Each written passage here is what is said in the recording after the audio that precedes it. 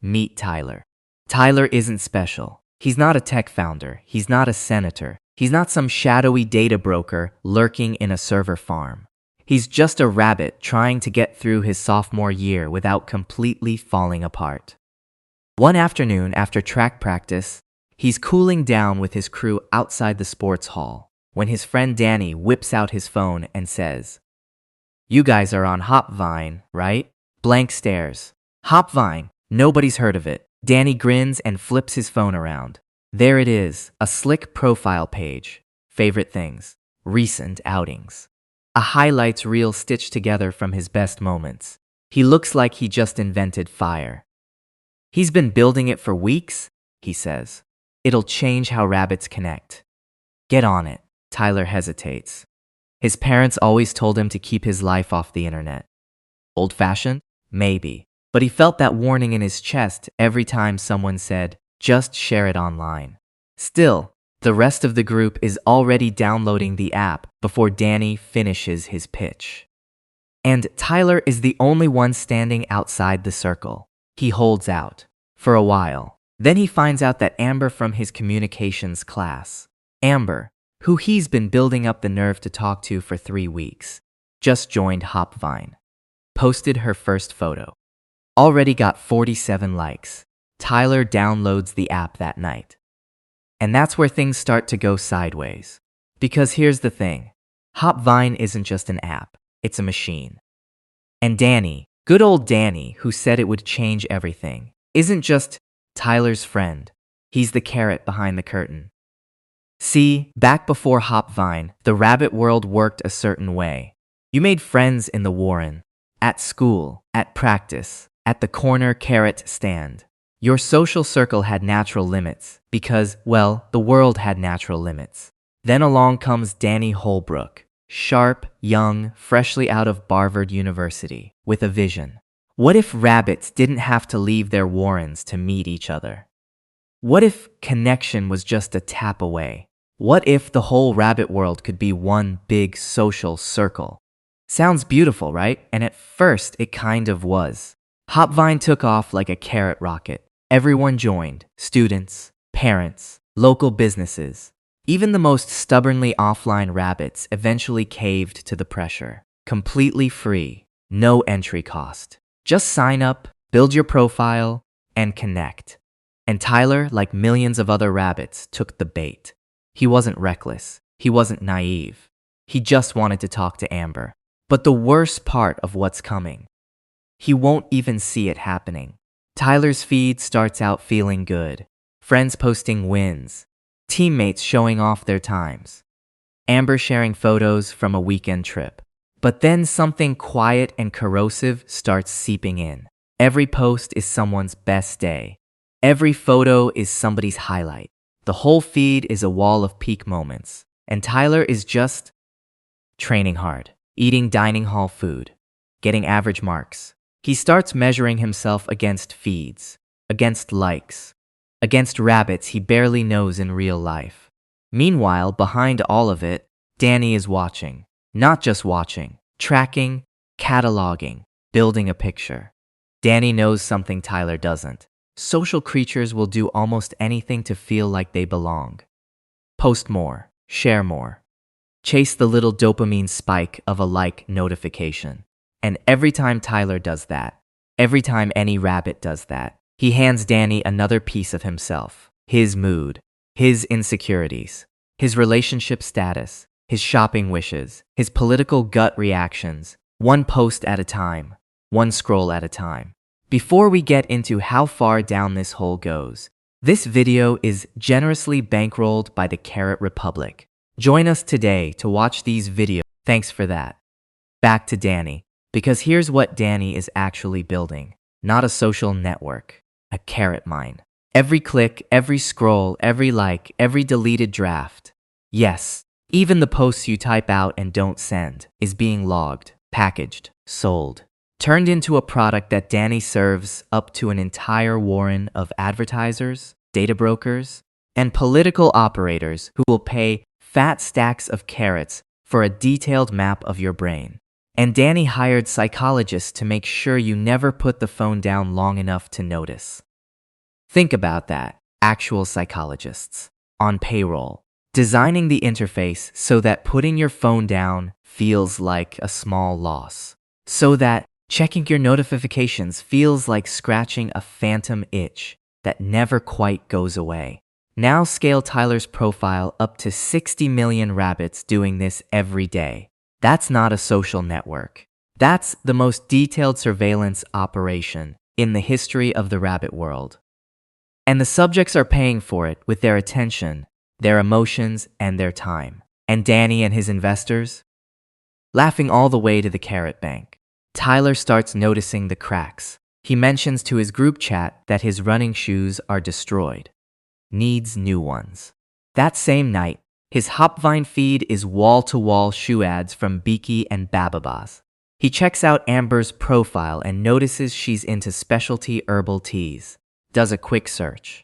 Within 20 minutes, his own feed starts serving him specialty tea brands he's never seen in his life. Coincidence, he tells himself. After a tough week, Tyler posts a vague status. Just a few words about feeling drained, not naming anything specific. By morning, his feed is loaded with ads for stress relief supplements, sleep trackers, and a paid mindfulness app called Willow Hop Premium. He downloads the app, pays for the subscription, feels a little better. Danny and his investors feel a lot better. And this is where it gets genuinely unsettling. Because it's not just about selling sneakers. Remember the Rabbit World elections a few cycles back? A political consulting firm, let's call them Bambridge Banalytica, allegedly got hold of a massive slice of Hopvine's user data. Liked posts, quiz answers, browsing patterns. Enough to build a psychological profile on millions of rabbits without their knowledge. And they used it to nudge, to target, to serve the right message to the right rabbit at exactly the moment they were most likely to change their mind. Doesn't matter which side you're on. Just follow the carrots and ask yourself, does that seem okay to you? There's more. Former Hopvine staff, rabbits who worked inside the Warren and got out, have gone on record claiming the platform tracked which posts users almost uploaded and then deleted. Posts about insecurities, posts about appearance, posts they were too embarrassed to actually publish. And they allegedly used that data to serve up beauty product ads, targeted at the exact wounds rabbits were trying to hide. God only knows how much more rabbit business goes on off the record. Somewhere in all of this, Tyler stops showing up. Not dramatically, not all at once, just gradually less. He skips team runs because he was up until 3 a.m. down a Hopvine rabbit hole, arguing about something that won't matter next week. He bails on study sessions because his notifications feel more urgent than his coursework. Family catch-up calls go to voicemail. He's got 300 connections on Hopvine. He's never felt lonelier in his life. The algorithm has him wired. Every time he tries to put the phone down, there's a new notification. A new drama to follow. A new comment to reply to. A new hit of something that feels like connection and isn't. The real world starts to look gray and flat compared to the constant color and noise of Hopvine. And that's not an accident, that's the design. He's scrolling deeper into echo chambers that just confirm whatever he already felt. He's buying things he didn't need because his emotional state at 11 p.m. was exactly what some advertiser paid to target. He's burning through hours that he won't get back. And Danny's revenue dashboard? Looking beautiful. He doesn't hear them come in. His friends are just suddenly there. 4 of them standing in his living room, looking at him the way you look at someone you've been worried about for a while. One of them reaches over and gently flips the phone face down on the cushion. They tell him they miss him. The real him. The one who showed up to practice with bad jokes and good energy. The one who helped everyone else study for exams he could barely pass himself. The one who used to actually be present. Tyler looks at his friends. Actually looks at them, not at a screen. And something shifts. He sees the brutal irony of it all. The platform that sold itself as connection had slowly replaced his actual connections with a cheap, luminous copy. He had hundreds of digital friends and 4 real ones standing in his living room looking worried about him. That's the real damage. Not just time. Not just money spent on ads you shouldn't have clicked.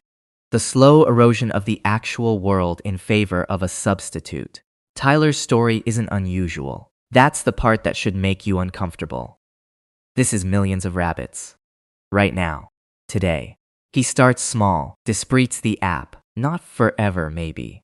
But for now. He turns off push notifications across the board. He goes for a walk without his phone, just to see what it actually feels like to be somewhere without documenting it. He starts setting rules. His phone charges in another room at night.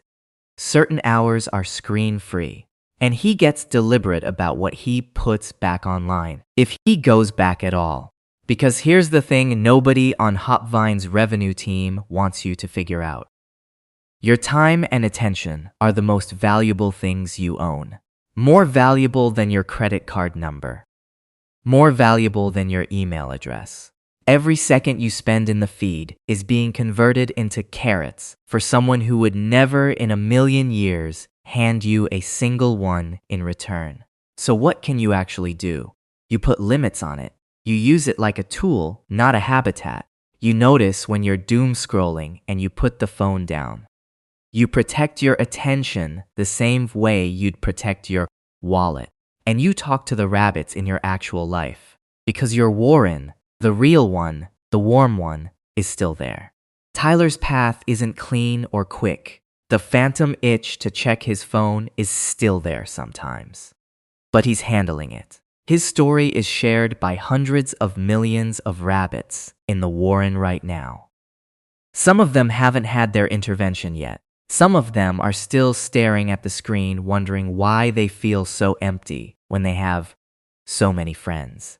If you know one of those rabbits, or if you are one, now you know the mechanism. Now you know where the carrots actually go. Follow the carrots. Because remember, if something's free, chances are you're the product. So, put the phones down, turn off the notifications, go find the rabbits in your actual life. And many thanks to the Carrot Republic for bankrolling these videos and keeping us out of the claws of the advertisers.